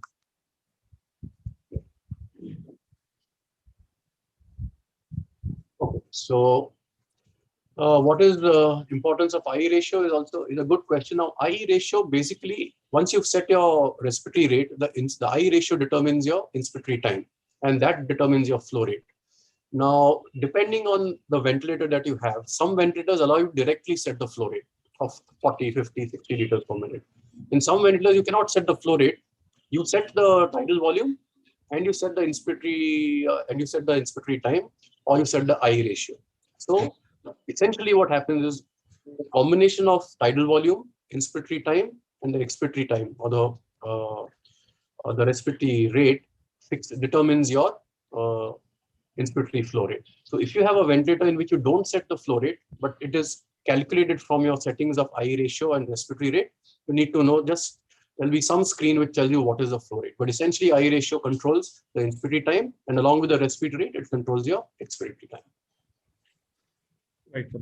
Can prone positioning help in opening up the alveoli in lower zones? Yes, so the prone position is does help in homogenizing ventilation and opening up most alveoli. When the patient is supine, the whole entire dorsal lobe, the dorsal posterior lobes are in contact with the bed, right? The back of the patient, and they don't expand as much. So when you turn the patient prone, this part, the entire dorsal areas of the lung, they have ample room to expand because they're not constrained by the bed, and they actually open up very nicely. And there's also a slight change in ventilation perfusion relationships. So the ventilation improves, the perfusion doesn't change so much. So overall, your VPU, ventilation perfusion ratios all over the lungs remain very nicely. So it sort of homogenizes ventilation and improves oxygenation dramatically in many patients. About inverse ratio ventilation, so what inverse ratio ventilation, one is it gives you a very long time for inspiration. So it sort of allows gas to go into most of the alveoli. But what it actually does is it actually creates an auto-PEEP, because your inspiration time is long and your expiratory time is very short, right? And that actually creates an auto-PEEP. So in a way, it is not very desirable because you don't know what that auto-PEEP, you don't know how much auto-PEEP you're generating, and you don't know what that auto-PEEP is doing. You may be seeing some improvement in oxygenation, but there could be hemodynamic compromise, there could be a potential for barotrauma. So most people do not advocate routine use of inverse ratio ventilation nowadays. There are other ways of improving oxygen, like the prone position and stuff like that. Yeah, so inverse ratio ventilation has a tremendous potential for developing auto-PEEP, which can be dangerous unless you're looking for it, monitoring it frequently, which is not easy to do in multiple shifts in many ICUs. Right, sir. What should be the backup apnea ventilation mode? SIMV plus pressure support or something else? So most in pressure support, you can have either volume control or pressure control, CMV, because that will happen when there is apnea, isn't it? So you will get a assist control or a control. It can be either volume or pressure control, but I would suggest that you give volume control because you get a guaranteed tidal volume, and you can set the rate depending on the condition of the patient. It's usually, again, it's something which makes sure the patient will not die during pressure support ventilation. Even if you have a rate of 12 to 14, 12 or so, and a tidal volume of 400 or so, it should be good enough for the patient to survive till someone responds to the alarm and sets the patient right. There's one comment. Since PCV mode has so many advantages, then why do we at all choose PCV mode, volume control mode? So the biggest advantage, now if you see, for example, in the ARDS, we said the tidal volume must be about 6 ml per kilo.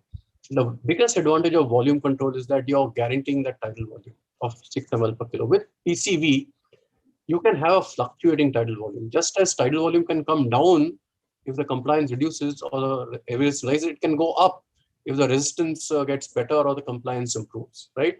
So then you can get higher tidal volume which are being delivered. So as a simple mode which is understood by everyone, I think volume control is an excellent mode. In pressure control, there are two dangers. One is of hypoventilation when the lung gets worse, and there is a chance of overventilation when the lung gets better. And there, again, you need someone to look out for all those things constantly. And there are many instances of dangerous hypoventilation taking place because patients are, the pressure is being seen as constant and everyone thinks everyone is okay. So if there is dyssynchrony, see, when I say there is more potential for asynchronous volume control, doesn't mean it's always asynchronous. As long as there is synchrony, volume ventilation is fine. If you are having trouble with volume control, by all means, you can go to pressure control to get better synchrony, but you must always be careful that you are not getting too low tidal volume or too higher tidal volume with pressure control ventilation. So it's a toss-up between the two. Right. And another question is advantage in PSV mode, pressure support ventilation mode, if expiratory valve is open during last 25%, and difference between PRVC and VCV. So like I said, so in pressure support ventilation, the expiration opens when the flow rate descends to 25% of the peak flow. So that's a standard setting. In some ventilators, you can make an adjustment, further adjustment. So if you want to prolong the inspiration, you can have the valve opening without flow rate descending to say 10% of the peak flow. So it will go on for a little longer and therefore have a longer inspiratory time. If you want to shorten the inspiratory time, you can have say 40% of the peak inspiratory flow, the ventilator cycle over earlier. So those minor adjustments can be made. The difference between VCV and PRVC is that VCV is volume controlled ventilation with a constant flow ventilatory pattern. PRVC, like I said, is pressure controlled ventilation, where there is a servo mechanism to adjust the level of pressure control between breaths so that you get that desired target tidal volume. So essentially, it's PRVC is essentially pressure controlled ventilation, in which the pressure controlled ventilation is adjusted periodically between breaths to make sure that the target tidal volume is being delivered. I hope that explains the difference between. So volume control ventilation is volume control ventilation. You set a tidal volume, you get constant flow ventilation. So it's a volume control ventilation. PRVC is pressure control ventilation, where the pressure control level is adjusted automatically to get the target tidal volume. Another is how many seconds expiratory hold should be done to calculate Auto-PEEP? I think just 1 second should be good enough. You can go on. In most ventilators, you cannot give an expiratory hold for more than 10 seconds. Okay, but to see the Auto-PEEP, 1 to 2 seconds is probably good enough. Unless it's very severe bronchospasm, you can give it for up to 4 or 5 seconds. Some BiPAP settings we will see flow, PS, P high, P low, PS, and P high. What is this P high, sir? Okay, so that's again, thanks for bringing up that question. So there are one mode which we talked about was pressure support. Okay, so let's say I set a PEEP of 5. So that is my P low, that is 5. If I set a pressure support, say of 15, it will be 15 above PEEP. So the total pressure which I get with pressure support ventilation is 20.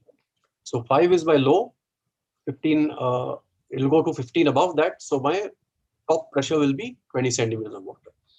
Now in BiPAP, especially the non-invasive BiPAP ventilators and some BiPAP you see even on the invasive ventilators, the P low is, so the ventilator goes between two levels of pressure. The low pressure, which says 5, which is equivalent to PEEP, and a high level, if I set of 15, it will go from 5 to 15. So the top pressure will be 15, and the patient will be ventilated at a gradient between the P high and the P low, that is 10. Right, so that is what happens in BiPAP. So when you set up in BiPAP mode, if you set a P high of 15, that is the top pressure. You set a P low of 5, that is your PEEP, and the gradient for ventilation between inspiration and expiration is 5 to 15. So that is right, sir. I hope that difference is whoever asked the question, I hope the answer is understood. Right. And what is the rise time in ventilatory setting? So again, in spontaneous modes or assisted modes, it's a fine tuning of the ventilation. So if it says how fast that inspiratory flow will rise. Now in all my graphs, I've shown it going straight up, right? So that's a very rapid rise. For some patients, such a fast rise may be too uncomfortable. So you can slow down the rate of rise. It will go to the same pressure, but instead of going straight up, it will with a slight slope. So it will be slightly slower rise, which may be more comfortable for the patient. So it's a sort of fine tuning in pressure support, which is the rise time. You can set it, some have it as a percentage, some have it as this thing. So you can set it so that to fine tune your ventilation. And there are various ways of seeing whether it's too rise, waveforms you can make out it's too fast a rise. Or usually the patient will have a slight cough or a slight gag if the rise time is too fast. So then you can slightly slow it down. So some ventilators will allow you to change your rise time. It's a minor thing, it's a fine tuning. It's not all that important, but it's nice too if you're able to do that. LOPD head. You can unmute yourself, sir, once again, because I have allowed all to unmute themselves. And what is the ideal mode and initial ventilator setting for COPD and ARDS patients? Yes, COPD we will be having next class, but you can take it, sir. Yeah, so let me put it this way. In this talk, I only spoke about invasive ventilation. For most COPD exacerbations, the ideal mode is non-invasive ventilation. Okay, but if you're ventilating invasively, if for some reason you have to intubate someone with COPD or someone with severe asthma for whom you should be intubating, all the things that I spoke to you would apply. And my standard mode for almost everything is volume control ventilation, volume assist control ventilation. And then, depending on how the patient is progressing, depending on the degree of dysynchrony, depending on so many other things, we could decide to switch to pressure control. But our standard would be volume assist control. Patient gets better, go to pressure support, and then TP weaning and extubate the patient. How long? So, like I said again, the mode is probably not as important as your ventilatory strategy. Your goals of ventilation and your ventilatory strategy is probably much more important for your patient. How long sedated patient should be kept in prone position?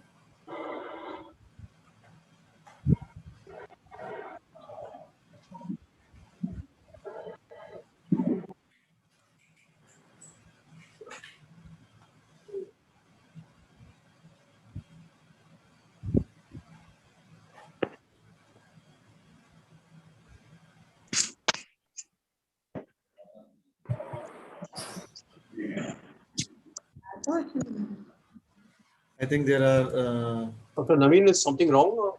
Yeah, now you're audible, sir. The question was how long a sedated patient can be kept in prone position? So if you're keeping someone in prone, of course, now in COVID, we've learned how to do awake proning, but in the usual ARDS earlier, we used to keep patients fairly well sedated. How long should a patient be kept in prone? A minimum of 16 hours per day. Although now we go on even longer, so even 16 to 24 hours per day. And in some COVID patients, I think most of us would, if they are invasively vented, or even not invasively vented, give at least as many sessions of prone as required to get the patient better. So, yeah, but each prone should be for a minimum of 16 hours. Less than 16 hours has not been shown to be effective. What has shown to work is at least 16 hours of prone, and you can extend more than that if you want. Just remember, when you keep patients for prone in a position for a very prolonged time, they can get a lot of facial edema and eyelid edema and all those things. And it is usually necessary to turn them supine for some time, at least so that you can do your routine mouth care, do some basic sort of cleaning and that sort of thing, and check the patient out. But yeah, but right. So there are a few more recommendation for keeping IA ratio 1:1 if the respiratory rate is on a higher side.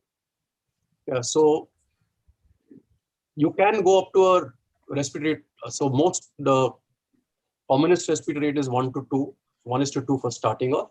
If you want to give more time for inspiration, like you might want to do in some of the ARDS, you could go a maximum to a rate of 1:1. But like I said earlier, we rarely would go to an inverse ratio where the inspiration is longer than the expirations. At the most, equal ratio ventilation, but usually 1 to 1.5 or 1:2 is your normal sort of high ratio that we try to keep. That is. Thank you. Very informative session. Simplified, amazing, excellent. Thank you. Thank you very much. Excellent, informative session.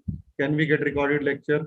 Yeah, I'll just for the benefit of all the residents and delegates, this is being live streamed on YouTube, and the recording of this will be available on isaweb.in, our website www.isaweb.in, in the ISA Academics tab, and also it will be available on ISA YouTube channel, ISA NHQ. Next class, sir. Next class is next Monday. We'll be having the classes on between 4 to 5:30 p.m. Next class is on COPD by Dr. Gurudat from Mysuru. One small question, sir. What is the purpose of inspiratory hold percentage in GE workstation ventilators? So again, the Now, there are, again, it's all a ventilator specific sort of setting. So in some anesthesia ventilators, especially, you have a inspiratory time. You set an inspiratory time, then you set a percentage of the inspiratory time which will be in the hold, right? So that's how you will. So you can have a 10% hold, or a 25% hold, or a 30% hold, and that will just give you. So if your inspiratory time is 1.2 seconds, and you give a 10% inspiratory hold, then your hold time is 0.12 seconds. If you give a 40% hold, then your inspiratory time is 0.48 seconds. So that's part of your inspiratory time. The rest, some of it is spent in inspiration. The last percentage time is spent in the hold before it changes over to expiration. In COVID patients, which is a better mode of non-invasive ventilation, CPAP or BiPAP?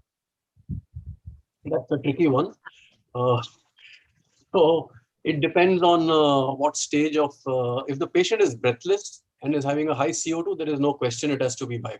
It has to be non-invasive ventilation. If some patients who are having a good tidal volume, who have reasonably compliant lungs, for example, the early sort of COVID, if the lungs are reasonably compliant, having a good tidal volume, but are having a high work of, are not terribly breathless, the so-called hypoxic, who are hypoxic, then maybe CPAP will work well in them. Because if you give them non-invasive, if you generate very high tidal volumes because of the pressure support or the BiPAP, then you might get higher tidal volume, which might damage the lungs in the long run.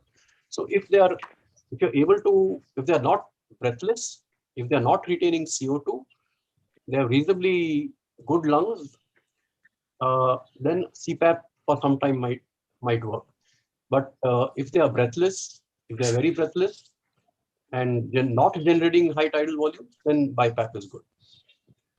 So, and if they are very breathless, have a high work of breathing, and they generate very high tidal volumes when you put them on BiPAP, then that's not a very good sign, because that means they're going to get ventilator-induced lung injury very fast, and then they might be better off with maybe even invasive ventilation at some stage. Okay, one more question is coming up. ASV mode, should we use it for initial ventilation as well as for weaning? So ASV, I think now we are referring to the adaptive support ventilation mode in it's part of Hamilton, and that's a complex mode because so let me try and, I had not used Hamilton, but my understanding of how ASV mode works,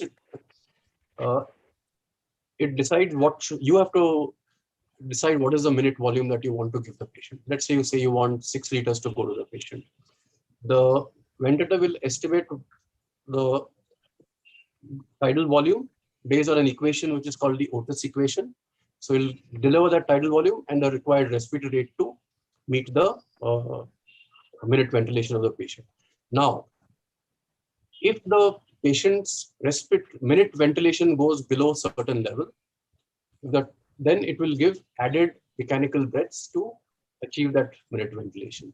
If the tidal volume falls below something, it will add the pressure control level to give the desired tidal volume. So with the desired tidal volume, if the minute ventilation falls, it will add some more mandatory breaths. If the so it will adjust the pressure control level, or in the mandatory mode.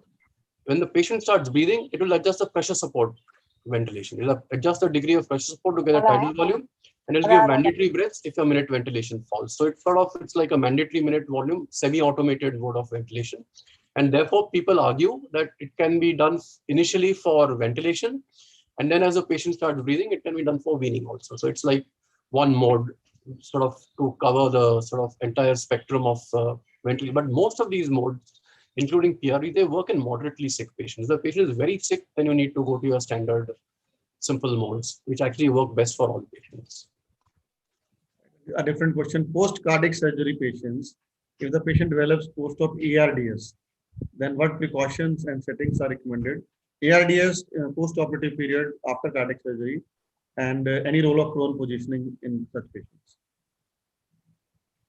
Slightly different. So ARDS after cardiac surgery is again a complex sort of thing. It could be because of the perfusion, because of the pump or the bypass, if it's a non-pump sort of thing.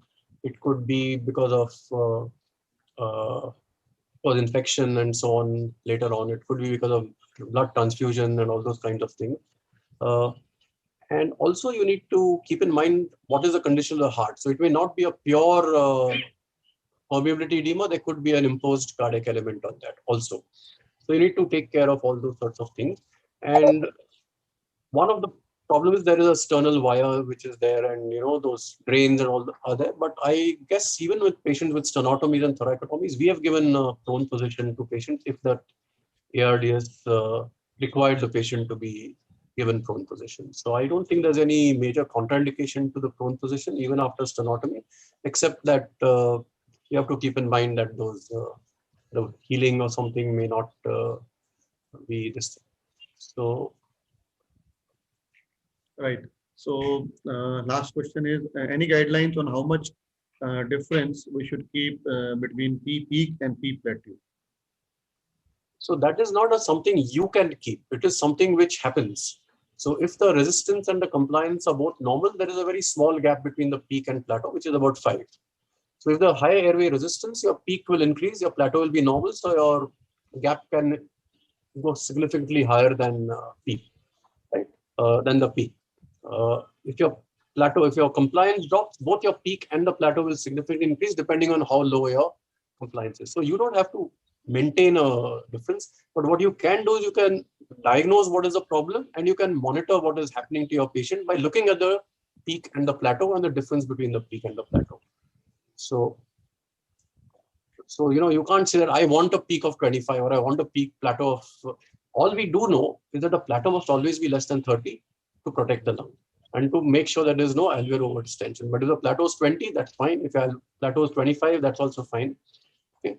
So, but there's an upper limit for the plateau, but that's about it.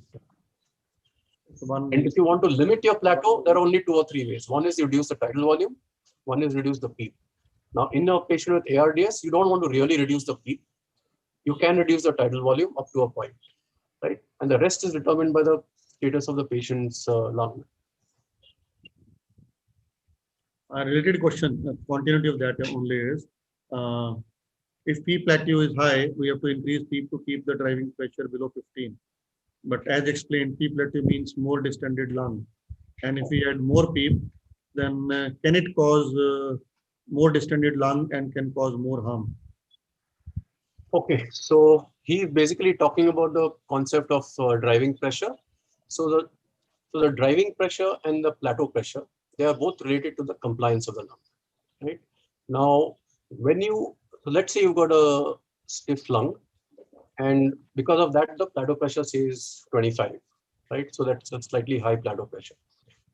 Now, and let's say you're giving a PEEP of 10. Now, if I increase my PEEP from 10 to 15, okay? If I increase my PEEP from 10 to 15, 2 things can happen, or 3 things can happen. One is that PEEP, so when I increase my PEEP from 10 to 15, I've shifted my base. So my plateau pressure should also go up by the increase in base should also go up to 30, right? So that is if there is no effect of the PEEP on the lung characteristics or the lung compliance, my PEEP will go up as much as my increase in, my plateau pressure will go up by as much as my change in PEEP. So if my PEEP has changed by 5, the plateau pressure will change by 5, isn't it? Because your baseline has gone up by 5, your top pressure will go up by 5. That is if that increased PEEP is not having any effect on your lung.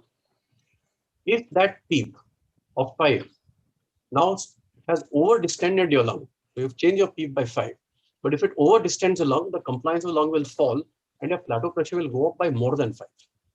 So that is a harmful intervention. That means that PEEP increase of 5 has been harmful.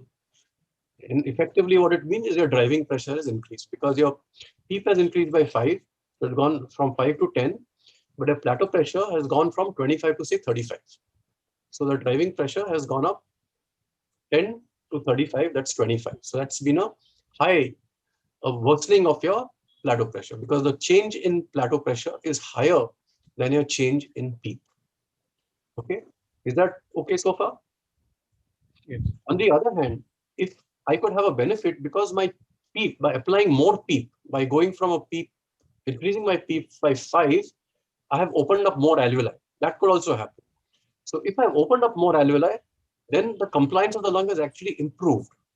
And therefore, the plateau pressure will not increase by 5, it will increase by less than 5. The driving pressure will actually fall because my compliance has improved. And so anything which is associated with the falling plateau pressure, falling driving pressure is good. And that is a good intervention. So at the end of the day, if any change in PEEP or tidal volume, essentially a change in PEEP, if it improves the driving pressure, so it is associated with a fall in driving pressure, it is a beneficial change in PEEP. If it is associated with a rise in driving pressure, it is a detrimental change in PEEP. And if it is associated with no change in driving pressure, it means your PEEP has done nothing. It has neither harmed the lung nor improved the lung, and there's probably no point in doing that intervention. So you can use the driving pressure, which is the difference between PEEP and plateau pressure, to decide whether your change in PEEP has been beneficial or not. If your change in PEEP is beneficial, it will be associated with a fall in the driving pressure compared to the previous setting. Does that answer the question, sir? Yes, sir. And another continuity, please compare MAP with PEEP plateau.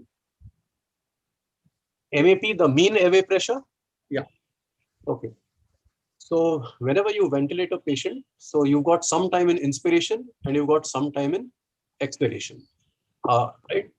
Now, how much time is spent in positive pressure depends on how much time you spend in inspiration and how much time you spend in expiration. So the more time you spend in inspiration and the higher the airway pressure during inspiration, for example, by increasing the PEEP or by increasing the inspiratory time, you have a higher amount of pressure which is spent. The mean airway pressure will increase. Right? So the mean airway pressure is increased by 3 things. Mean airway pressure is increased by increasing the PEEP, by increasing the tidal volume, and by increasing the inspiratory time or shortening the expiratory time.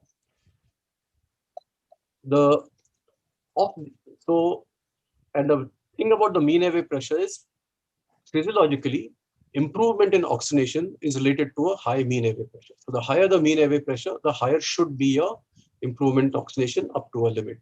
And a high mean airway pressure is also associated with hemodynamic compromise, because the higher the mean airway pressure, the more is the hemodynamic deterioration because of high pressure inside the chest. So now all the things that increase the mean airway pressure, that is a high tidal volume, a high PEEP, will increase except the change in inspiratory time, the high PEEP and a high tidal volume will increase the plateau pressure. So that is the correlation between mean airway pressure and plateau pressure. But plateau pressure does not take into account the inspiratory time, which is a very important component of mean airway pressure. So if I have a long time, so for example, with inverse ratio ventilation, I'll have a very high mean airway pressure because my inspiratory time is going on for a long time. My inspiration is going on for a long time. So my mean airway pressure will be very high. Plus, because of Auto-PEEP, also I'll be having a mean airway pressure. So the plateau pressure is determined by the tidal volume, by the PEEP, but also by the compliance of the lung. And that is not, so the plateau pressure is part of your mean airway pressure. How much plateau you achieve is part of your mean airway pressure. I don't know. They have some things in common, but there are some things which are not included in the plateau pressure, which are there in the mean airway pressure. Right. Few quick questions. In severe ARDS, can we go to 4 ml per kg, or it has to be 6 ml per kg or more? So if your plateau pressure is exceeding 30 centimeters of water with 6 ml per kilo, you should come down to 5 ml. And if it's still high, you should come down to 4 ml. And if even at 4 ml and prone position and all those other things, you're exceeding your plateau pressure, then maybe you have to look at other means, including ECMO. Right. And though neuromuscular blockers are not used, but if we are using it in control mode, for how many days we should use? So neuromuscular blockers, it was fashionable not to use neuromuscular blockers some time ago, but it has been shown, at least in some studies, that in severe ARDS or in early ARDS, if you keep the patient knocked out and paralyzed for say 48 hours, you might get a better outcome, simply because in the initial phases of ARDS, patients have a very high respiratory drive. They take high negative pressure, and then you give a positive pressure breath. There is dyssynchrony. You can actually increase the transmural pressures. You can get things like double triggering and so on, which increase the tidal volume. So if all those sort of dysynchrony is happening with a patient, a very strong respiratory drive who's difficult to handle, to ventilate easily with a very stiff lung, you can actually sedate and paralyze these patients. And you can give that for as long as up to 48 hours just to gain control and to make sure there's absolutely uniform, homogeneous lung protective ventilation that goes on during the first 48 hours. And then you can start waking up the patient and letting the patient breathe further. So in selected patients with severe ARDS, who have a very strong respiratory drive, who are not easily controlled by standard sedation and ventilation, there is a significant role for neuromuscular blockers. Right. And the final question is how to reduce peak plateau and peak expiratory flow if they are going high, 85 to 90. So if again, the peak expiratory flow is something that you set. Peak plateau is something which depends on the tidal volume, the peak and the compliance of the lung. So the only way, now let's say in the setting of ARDS, you cannot increase the tidal volume beyond 6 ml per kilo. So and you are going to require PEEP, right? So I don't know how you can reduce PEEP plat. The only way you can reduce PEEP plat is by reducing tidal volume, by reducing PEEP, right? Other way is you give the patient prone, and that hopefully the lung mechanics will improve and your PEEP plats will come down. So reduce tidal volume, turn the patient prone, and hope and do something to improve the compliance of the lung, and then your PEEP plats will reduce. Thank you, sir, for answering so many questions. You asked only 5 questions in between, but there are lots of queries you have clarified, and so we are exceeding our time also. And all of you are thanking you with gratitude. And thank you all for joining today for the ISA online PG classes, the classroom teaching. And we all formally thank our teacher today, Dr. J.V.Divatia. As far as sir is concerned, sir has very nicely and in a very simplified manner explained the basics of ventilation and the different modes of ventilation. I'm very sure with your response also that you have been enriched by his words of wisdom and his teaching. Next week, we shall be meeting at 4 p.m. Same link and same username and ID.